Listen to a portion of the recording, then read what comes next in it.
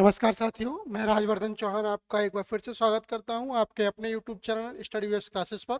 और इस समय हो रहा है जो डेली एमसीक्यूज हिस्ट्री के 25 क्वेश्चंस हैं उनके बारे में बात करने का। तो वीडियो की शुरुआत करने से पहले आपसे एक बात कहना चाहूँगा कि यदि अभी तक आपने हमारे चैनल को सब्सक्राइब नहीं किया है तो चैनल को सब्सक्राइब जरूर करें। इसके साथ साथ बेल आइकन के बटन को जरूर दबाएँ, लाइक करें, हमारी वीडियो को ज़्यादा से ज़्यादा शेयर करें। ठीक है, यदि आपके कुछ सुझाव हैं तो वो भी आप कमेंट बॉक्स में दे सकते हैं। तो ज़्यादा समय खराब ना करते हुए सीधे जो है आज के क्वेश्चंस की शुरुआत करते हैं। बहुत ही अच्छे क्वेश्चंस हैं आज के 25, जो कि विविध परीक्षाओं की दृष्टि से क्या है, बहुत ही महत्वपूर्ण है। शुरुआत करते हैं आज के वीडियो की, यानी कि पहले क्वेश्चंस की। पहला क्वेश्चन क्या है, जरा देखिएगा स्क्रीन पर सामने आपके लिखा हुआ है। नवाब सिराजुद्दौला की सेना के किस सेनापति ने 1757 के युद्ध में, यानी कि प्लासी के युद्ध में उसे धोखा दिया था? एक ऑप्शन है सुजाउद्दौला, एक है मीर जाफर, एक है इनमें से कोई नहीं, या ये दोनों। ठीक है, तो कहा जाता है 1757 का जो प्लासी का युद्ध हुआ वो अंग्रेजी सेना और जो एक था वो बंगाल की जो सेना है उनके बीच में लड़ा गया। और इस युद्ध में जो है सुजाउद्दौला जो कि एक मुख्य व्यक्ति था, ठीक है, उसकी सेना, ठीक है, उसके सामने थी अंग्रेजों के। और इसमें सिराजुद्दौला के द्वारा जो है जो उनका सेनापति था, ठीक है, जिसका नाम था आपका मीर जाफर, इस मीर जाफर को प्रलोभन देकर क्या है अपनी ओर मिला लिया गया। क्लाइव ने मीर जाफर से कहा कि यदि वह युद्ध को जीतते हैं तो बंगाल का नवाब किसको बनाया जाएगा? मीर जाफर को बनाया जाएगा। और इसीलिए मीर जाफर ने इसमें धोखेबाजी की। तो सही आंसर है आपका बी, यानी कि मीर जाफर के द्वारा 1757 के प्लासी युद्ध के दौरान क्या है जो है मुगलों की जो संयुक्त सेना है उसके लिए धोखा दिया गया। आगे बढ़ते हैं। इसका डिस्क्रिप्शन भी आप देखिएगा, वही लिखा है जो मैंने भी आपको बताया था। आप चाहें तो इसका स्क्रीनशॉट भी ले सकते हैं। चलिए आगे बढ़ते हैं। क्वेश्चन नंबर 2 क्या कहता है? क्वेश्चन नंबर 2 कहता है कि मूल नियंत्रण की व्यवस्था को लागू करने वाला पहला मुस्लिम शासक कौन था? मूल नियंत्रण का मतलब है कि निम्न में से ऐसा कौन सा शासक था जिसने सबसे पहले बाजार नियंत्रण प्रणाली को जो है लागू किया। यदि हम बाजार नियंत्रण प्रणाली की बात करते हैं तो देखिएगा बलबन है। बलबन के द्वारा 40 शतल का समापन किया गया, ये महत्वपूर्ण घटना थी, तो बलबन नहीं है। जलालुद्दीन खिलजी, ये भी नहीं है। मोहम्मद बिन तुगलक, ये भी नहीं है। इसमें जो इसका सही आंसर है वो है अलाउद्दीन खिलजी। अलाउद्दीन खिलजी क्या था? जलालुद्दीन खिलजी का जो था वो दामाद था और उसी का भतीजा था। ठीक है, अपने चाचा की हत्या करने के बाद अलाउद्दीन खिलजी दिल्ली सल्तनत की गद्दी पर बैठा। अपने शासन में मूल नियंत्रण को, यानी कि बढ़ती हुई महंगाई को नियंत्रण में लागू करने के लिए ही उसने बाजार नियंत्रण प्रणाली को लागू किया था। डिस्क्रिप्शन में देखिए यही लिखा हुआ है कि अलाउद्दीन खिलजी वह पहला मुस्लिम शासक था जिसने पहली बार मूल नियंत्रण प्रणाली है उसको लागू किया। ठीक है, इस मूल नियंत्रण का मुख्य कारण अपने सैनिकों को वेतन कम करना नहीं था, बल्कि मुद्रास्फीति के संदर्भ में विभिन्न वस्तुओं की बढ़ती कीमतों की जांच करना था। अलाउद्दीन ने दिल्ली के आसपास के स्थानों में उन वस्तुओं की प्रचलित कीमतों से कम विभिन्न वस्तुओं की कीमतें तय की नहीं की।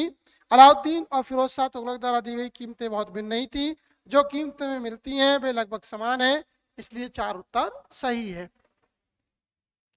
क्वेश्चन नंबर 3, वैदिक गणित का सबसे महत्वपूर्ण ग्रंथ कौन सा है? वैदिक ग्रंथ की यदि हम बात कर रहे हैं, वैदिक गणित की बात हो रही है, तो शतपथ ब्राह्मण। ब्राह्मण ग्रंथ क्या है? ब्राह्मण ग्रंथ वह ग्रंथ हैं जो कि वेदों को समझने के लिए लिखे गए। तो शतपथ ब्राह्मण तो होगा नहीं, क्योंकि बात गणित की हो रही है, न कि वेद की हो रही है। ठीक है, अथर्ववेद तो अपने आप पे एक महत्वपूर्ण वेद है, लोकप्रिय वेद है, जादू टोनों का उल्लेख है। शुल्ब सूत्र और छांदोग्य उपनिषद, देखो जो उपनिषद है वो भी आपके वेदों से संबंधित है, तो जो शुल्ब सूत्र है वो इसमें सही आंसर है, यानी कि सी आंसर सही है। शुल्ब सूत्र के बारे में कहा जाता है कि इसमें जो यज्ञ की वेदियां हैं, यज्ञ की जो माप है, उससे संबंधित जो वर्णन की दिया गया है वो किसमें दिया गया है? शुल्ब सूत्र में दिया गया है, यानी कि ज्यामितीय गणित का ये सबसे प्राचीन और प्रमाणिक ग्रंथों में से एक है। ठीक है, डिस्क्रिप्शन देखते हैं, लिखा हुआ है वैदिक गणित का सबसे महत्वपूर्ण ग्रंथ शुल्ब सूत्र है। 4 प्रमुख शुल्ब सूत्र थे जो थे बौधायन, मानव, आपस्तंभ और कात्यायन के द्वारा लिखे गए। ठीक है, बौधायन लगभग 800 ईसा पूर्व से लेकर 500 ईसा पूर्व तक लिखा गया। ठीक है, उनकी आम भाषा देर से वैदिक संस्कृत है। अद्वितीय अग्निवेदी आकार देवताओं से अद्वितीय उपहारों से जुड़े थे, इसलिए 3 उत्तर सही है।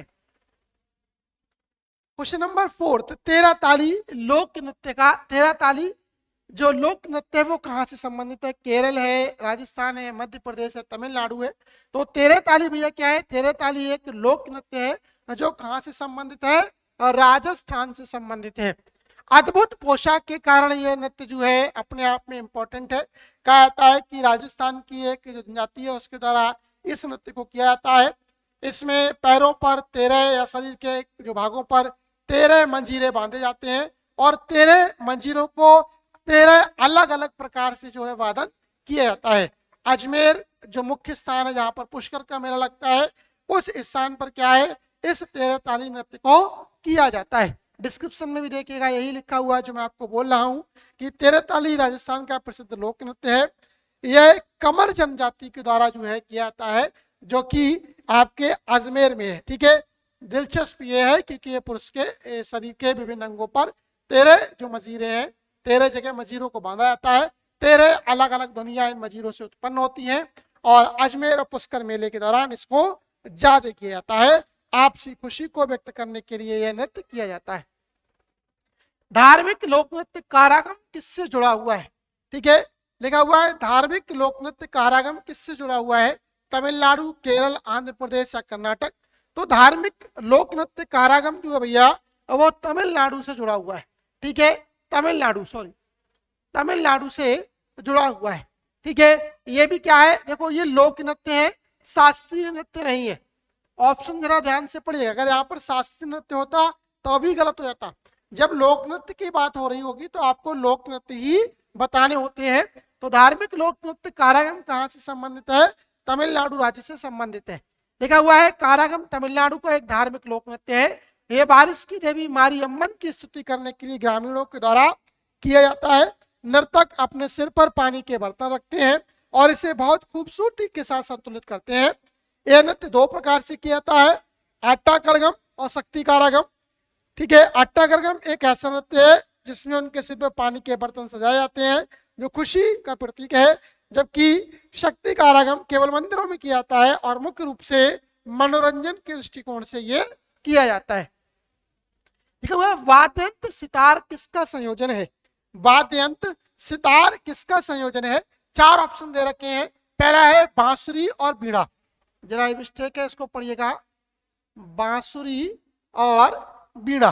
किसके लिए? बांसुरी और बीड़ा। एक मिनट, सही है। ठीक है, पहला है बांसुरी और बीड़ा, दूसरा है बांसुरी और सारंगी, तीसरा है वीणा और तंबूरा, चौथा है वीणा और पियानो। यदि आप वाद्य सितार की बात करते हैं तो सितार 2 है, यानी कि वीणा और तंबूरा का कॉन्सेप्ट है। किसका? वीणा और तंबूरा का, सॉरी वीणा, एक मिनट,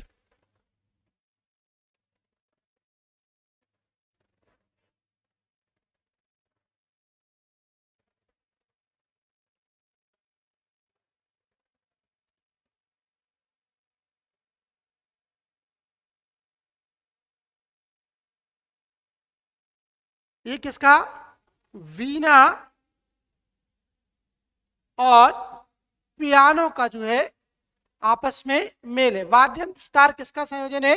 वीणा और पियानो का क्या है? ये संयोजन है। लिखा हुआ है वाद्य यंत्र सितार वीणा और पियानो का मेल है। वीणा और पियानो, यहाँ पर ये सी है, इसको आप कृपया डी पढ़े, ये यहाँ पर डी कर दीजिएगा, ये ऑप्शन डी है। ठीक है, ऑप्शन कौन सा है आपका? डी है। यह वीणा और पियानो का मेल है। वीणा को वीणा या बीना के रूप में लिखा जाता है। यह भारतीय उपमहाद्वीप का एक बहुतार वाला तार है और पियानो एक ध्वनिक है और मधुर ध्वनि पैदा करता है जिसमें दृश्यों को हथौड़े से मारा जाता है। सितार का प्रयोग ज्यादातर भावनात्मक संगीत बजाने के लिए किया जाता है। सितार टीकवुड और सीजन लॉकी से बना है और इसमें 6 से 7 बजाने वाले तार हैं। सितार मुख्य रूप से हिंदुस्तानी संगीत और भारतीय स्थापत्य संगीत में उपयोग किया जाता है, इसलिए सही उत्तर यहाँ पर 4 होना चाहिए, 3 नहीं। सही है। निम्नलिखित में से किस मकबरे को दूसरा ताजमहल कहा जाता है? 4 ऑप्शन है। अनारकली का मकबरा, एतमाद दौला का मकबरा, तीसरा है राबिया उद्दौरानी का मकबरा, और चौथा है कोई नहीं। तो भैया दूसरा ताजमहल जो है वो किसे कहा जाता है, वो राबिया उद्दौरानी के मकबरे को कहा जाता है। ये मकबरा किसके द्वारा बनवाया गया, ये मकबरा औरंगजेब के द्वारा बनवाया गया। किसके द्वारा, औरंगजेब के द्वारा बनवाया गया, अपनी बेगम राबिया उद्दौरानी के लिए। कहता है औरंगजेब की वास्तुकला में कोई विशेष रुचि नहीं थी, लेकिन अपने वैवाहिक जीवन के प्रति औरंगजेब बहुत ही कहता निष्ठावान था, और अपनी जो पत्नी है राबिया उद्दौरानी की स्मृति में ही क्या है, औरंगाबाद में जो है उसने इस द्वितीय ताजमहल, या कहें कि जो ताजमहल का दूसरा रूप, ठीक है, जो राबिया उद्दौरानी का मकबरा है वो बनवाया गया। डिस्क्रिप्शन आप देख सकते हैं, डिस्क्रिप्शन में यही बात लिखी हुई है जो मैं आपको बता रहा हूं, इसका आप स्क्रीनशॉट भी ले सकते हैं। ठीक है जी।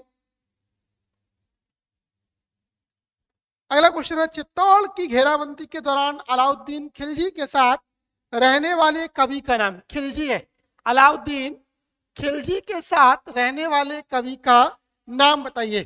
कहता है अलाउद्दीन खिलजी जब चित्तौड़ अभियान पर निकला था तो उसके साथ अमीर खुसरो भी था, और अमीर खुसरो ने क्या है कि अलाउद्दीन खिलजी के चित्तौड़ अभियान का जो है वर्णन किया है। ये वही चित्तौड़ अभियान था जिसमें रानी पद्मावती को प्राप्त करने के लिए जो है अलाउद्दीन खिलजी के द्वारा युद्ध किया गया। लेकिन अमीर खुसरो अपने किसी भी लेख में रानी पद्मावती का वर्णन नहीं करता है, लेकिन यदि आप चित्तौड़ के इतिहास को पढ़ते हैं तो वहां पर रानी पद्मावती की कहानी जो जनमानस में बहुत ज्यादा प्रचलित है, और कहा जाता है कि अलाउद्दीन खिलजी से अपने कहते हैं जो स्वाभिमान की रक्षा के लिए जो है हजारों जो है स्त्रियों ने रानी के साथ जौहर कर लिया था, और वो चित्तौड़गढ़ की भूमि थी।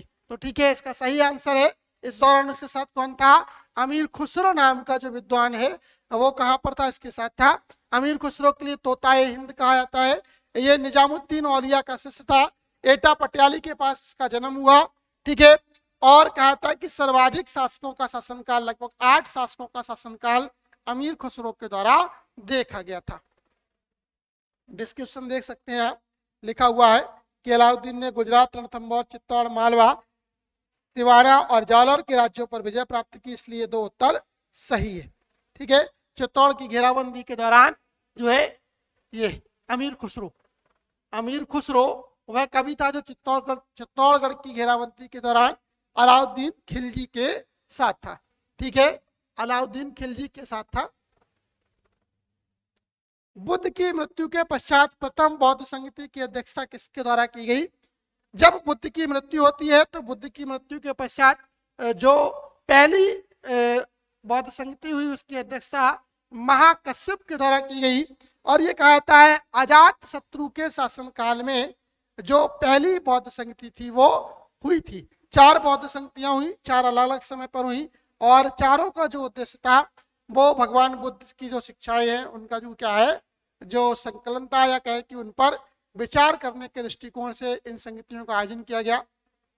ठीक है, अजातशत्रु, कालाशोक, अशोक और उसके पश्चात कनिष्क के शासनकाल में ये 4 बौद्ध संगतियां देश के 4 अलग अलग स्थानों पर आयोजित की गई थी।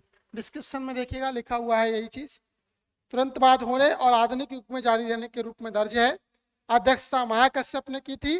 ठीक है, सैद्धांतिक और अनुशासनात्मक विवादों को निपटाने और सूत्र की सामग्री को फिर से जांचने और सही करने के लिए ये समय पर बुलाई गई थी। कहा था 483 ईसा पूर्व के आसपास जो है इस बौद्ध संगति का आयोजन किया गया था।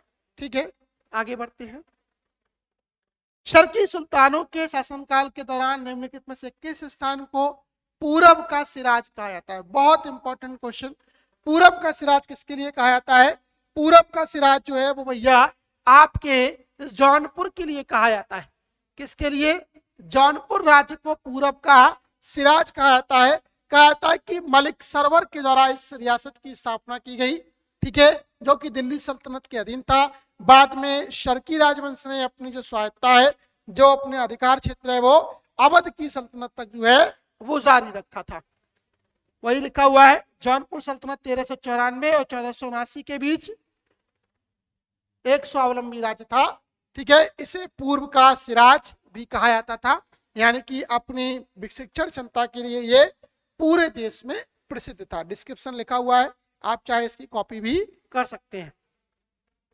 लिखा हुआ है लोक निर्माण विभाग की स्थापना किसके द्वारा की गई। बहुत इंपॉर्टेंट क्वेश्चन। लोक निर्माण विभाग यानी कि पीडब्ल्यू की स्थापना किसके समय में की गई थी? तो ये स्थापना की गई थी भैया फिरोज शाह तुगलक के शासनकाल में। फिरोज शाह तुगलक जब दिल्ली सल्तनत की गद्दी पर बैठता है तो लोगों के हित के लिए उसने क्या है जो है आपके लोक निर्माण विभाग की स्थापना की, दारुल शिफा की स्थापना की गई, रोजगार दफ्तर की स्थापना की गई, ठीक है, गुलामों की जो है गिनती के लिए जो है बंदगान ए गुलाम, इस तरीके से जो है एक विभाग की स्थापना की गई। बहुत सारे काम फिरोज शाह तुगलक के द्वारा किए गए थे। डिस्क्रिप्शन आप देख सकते हैं, लिखा हुआ है कि उसके शासनकाल में एक सूर्य घड़ी और एक जल घड़ी का निर्माण भी किया गया था। उसके समय में कई नए शहर जैसे फिरोजपुर, हिसार फिरोज और अन्य जो शहर हैं वो भी बसाए गए थे। ठीक है, कहता है कि इसी के समय में उसने एक नया शहर जौनपुर बसाया था। जौनपुर उसने अपने भाई जो है जूना खां की याद में बसाया था। लासोंग एक त्योहार है जो मनाया जाता है। लासोंग एक त्योहार है जो कहाँ मनाया जाता है? सिक्किम में मनाया जाता है। ठीक है, ये बौद्ध धर्म के जो अनुयायी है उनसे संबंधित त्योहार है और सिक्किम में ये मनाया जाता है। ठीक है, और जो तिब्बत, अरुणाचल प्रदेश, सिक्किम, यहाँ पर जो बौद्ध मठ है, ठीक है, उससे संबंधित ये त्योहार है, बौद्ध मठों में मनाया जाता है। कहता है कि जो आपके पद्म पाणी यानी भगवान बुद्ध के एक अवतार हुए हैं उनसे संबंधित जो है ये एक त्योहार है और ये भूटिया जनजाति के द्वारा मनाया जाता है। ठीक है, लिखा है ये त्योहार भूटान, नेपाल और भारत के मठों में मनाया जाता है। सिक्किम में लासोंग के दौरान अक्सर नृत्यों के रूप में पद्म संभव के जीवन की कथाओं को चित्रित किया जाता है। ठीक है, ये सिक्किम में मनाया जाता है। ठीक है, तिब्बती लाइनर के जो महीना है उसके अंत में इस त्योहार का आयोजन किया जाता है। तेरे नीचे राज्यों सहित महिलाओं के पारंपरिक परिधानों की सूची दी गई है, इनमें से कौन सा सही नहीं है आपको ये बताना है। पहला दे रखा है बोकू सिक्किम, यानी कि ये सही है। बोकू जो है सिक्किम की महिलाओं का परिधान है। मेखला असम, ये भी सही है।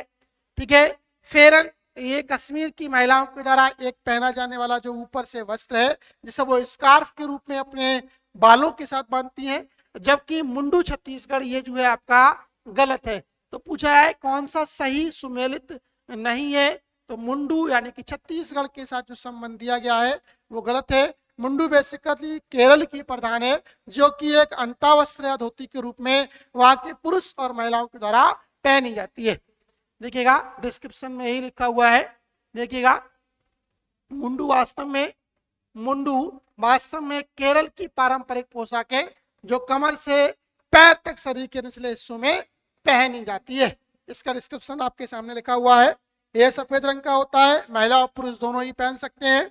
ठीक है, मुख्य रूप से 3 समुदाय केरल में मौजूद हैं, हिंदू, मुस्लिम और ईसाई, लेकिन तीनों की मूल शैली वही है, यानी कि तीनों धर्म के लोगों के द्वारा ये पहनावा पहना जाता है।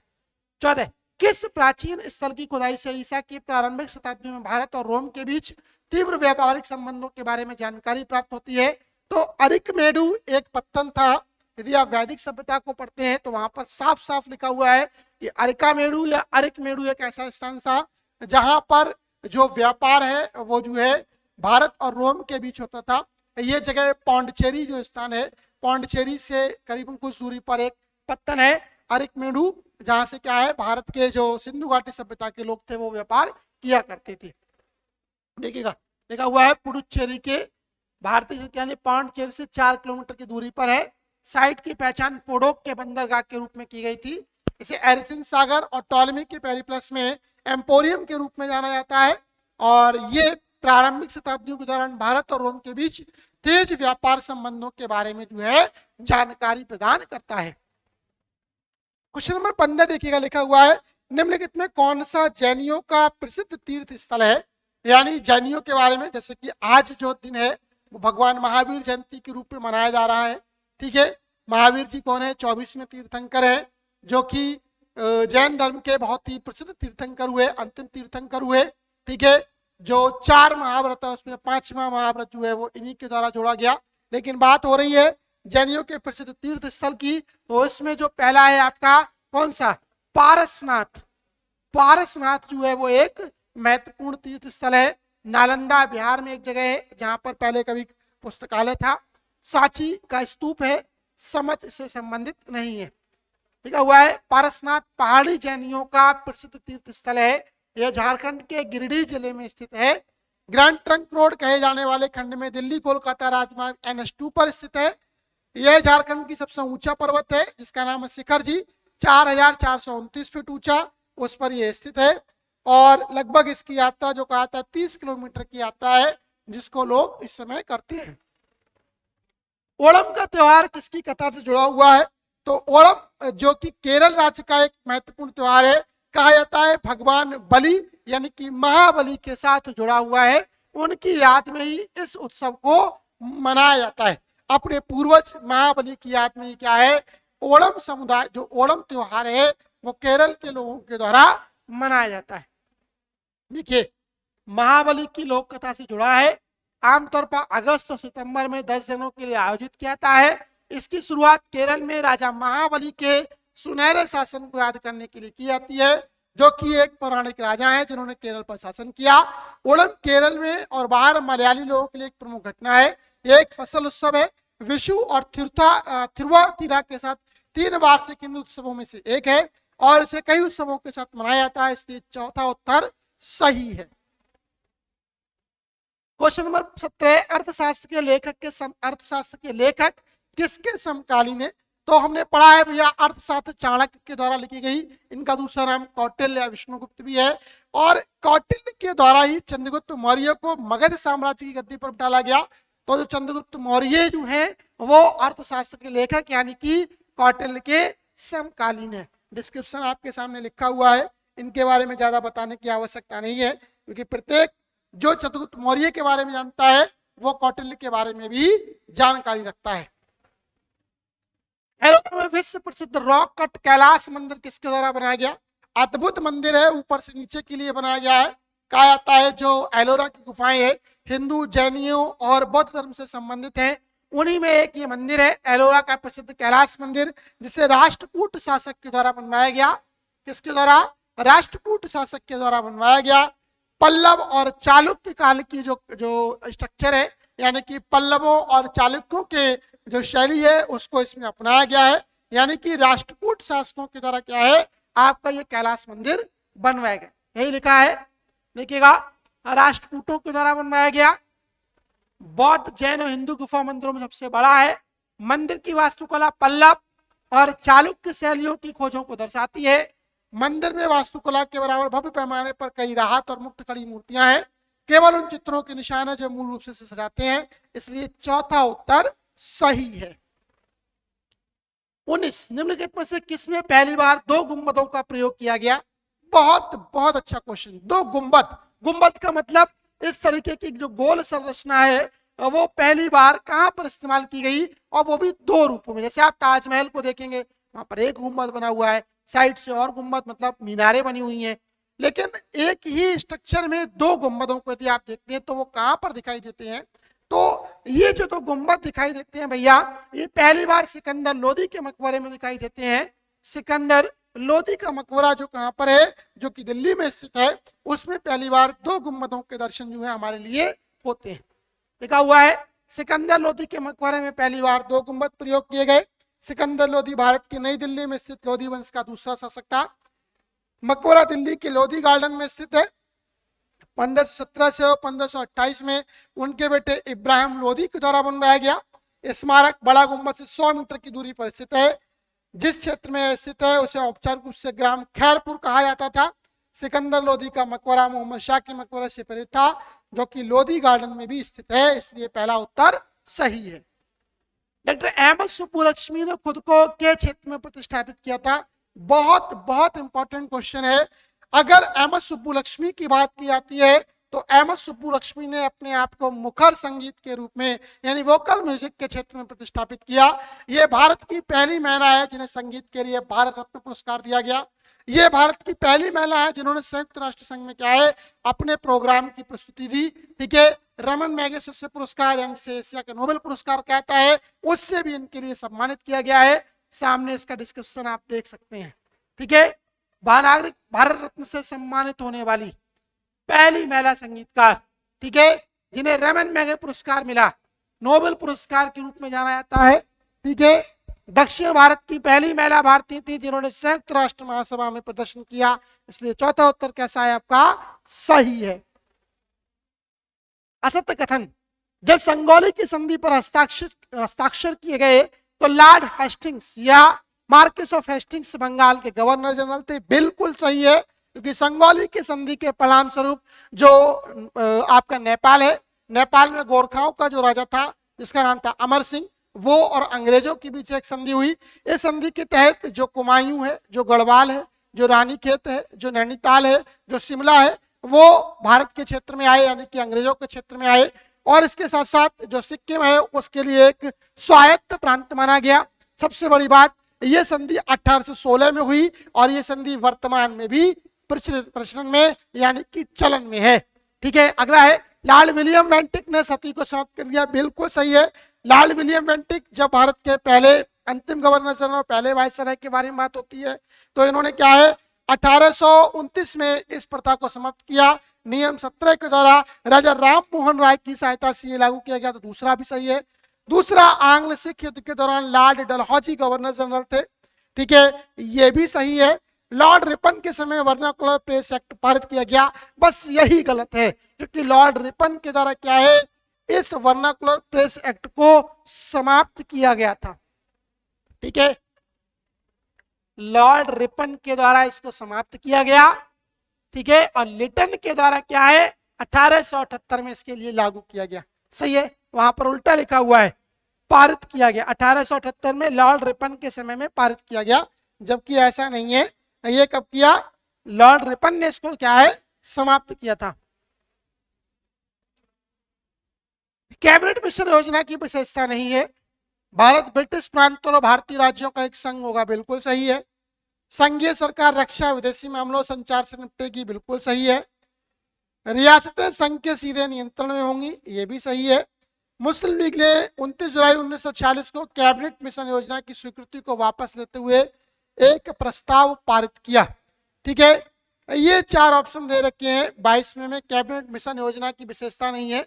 इसका जो तीसरा ऑप्शन है कि रियासतें संघ के सीधे नियंत्रण में होंगी, ये कैबिनेट मिशन का प्लान नहीं था। उसने रियासतों के लिए स्वतंत्र रूप से छोड़ रखा था कि वो जैसा चाहे वैसा वो स्वीकार कर सकती हैं।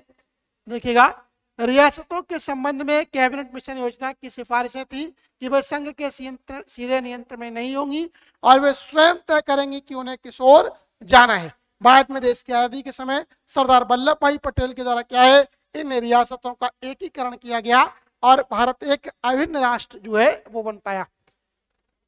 माउंटबेटन योजना के बारे में लिखिएगा। क्या था, जब देश आजाद होने को था तो उससे पहले इस योजना का गठन किया गया। 3 जून 1947 को अपनाया गया, बिल्कुल सही। देश को 2 डोमिनियन भारत और पाकिस्तान में विभाजित किया गया, बिल्कुल सही है। दोनों डोमिनियन सीमा विवादों के बारे में स्वयं निर्णय लेंगे, गलत। यही बात गलत है। इसके लिए कहा गया कि एक सीमा आयोग बनाया जाएगा। सर रैडक्लिफ की अध्यक्षता में यह सीमा आयोग बनाया गया, जिसने भारत और पाकिस्तान के बीच एक सीमा रेखा खींची, जिसे रैडक्लिफ लाइन के नाम से जाना जाता है। तो यही गलत था कि स्वयं निर्णय लेंगे, सही है।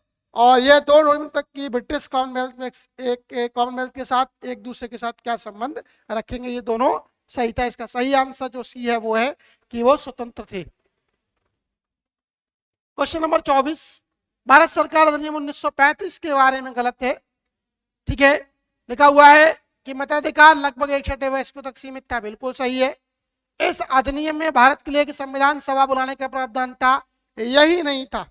1935 के इस एक्ट में कुछ भी नहीं था, ऐसा कुछ भी नहीं था। अधिनियम में सार्वभौमिक वयस्क मताधिकार का कोई उल्लेख नहीं था, यह भी सही है। ब्रिटिश सरकार द्वारा नियुक्त राज्यपालों ने विशेष शक्तियां बरकरार रखी थी, यह भी इसके बारे में सही है। कि वो सेकंड ऑप्शन यानी कि बी इसमें गलत है, ठीक है। कोई प्रावधान संविधान सभा को बुलाने पर नहीं किया गया। आज का अंतिम क्वेश्चन 25वां क्वेश्चन कि लाल बहादुर शास्त्री का संबंध किससे नहीं है, ठीक है। लाल बहादुर शास्त्री का संबंध ताशकंद समझौते से है, क्योंकि उनकी मृत्यु भी ताशकंद समझौते के समय हुई और यह समझौता भारत और पाकिस्तान के बीच 1965 के युद्ध के दौरान रूस में किया गया। कहता है कि ताशकंद में क्या है, उनको जहर देकर मृत्यु कर दी गई। ठीक है। नमक सत्याग्रह में लाल बहादुर शास्त्री ने गांधी जी के साथ भाग लिया।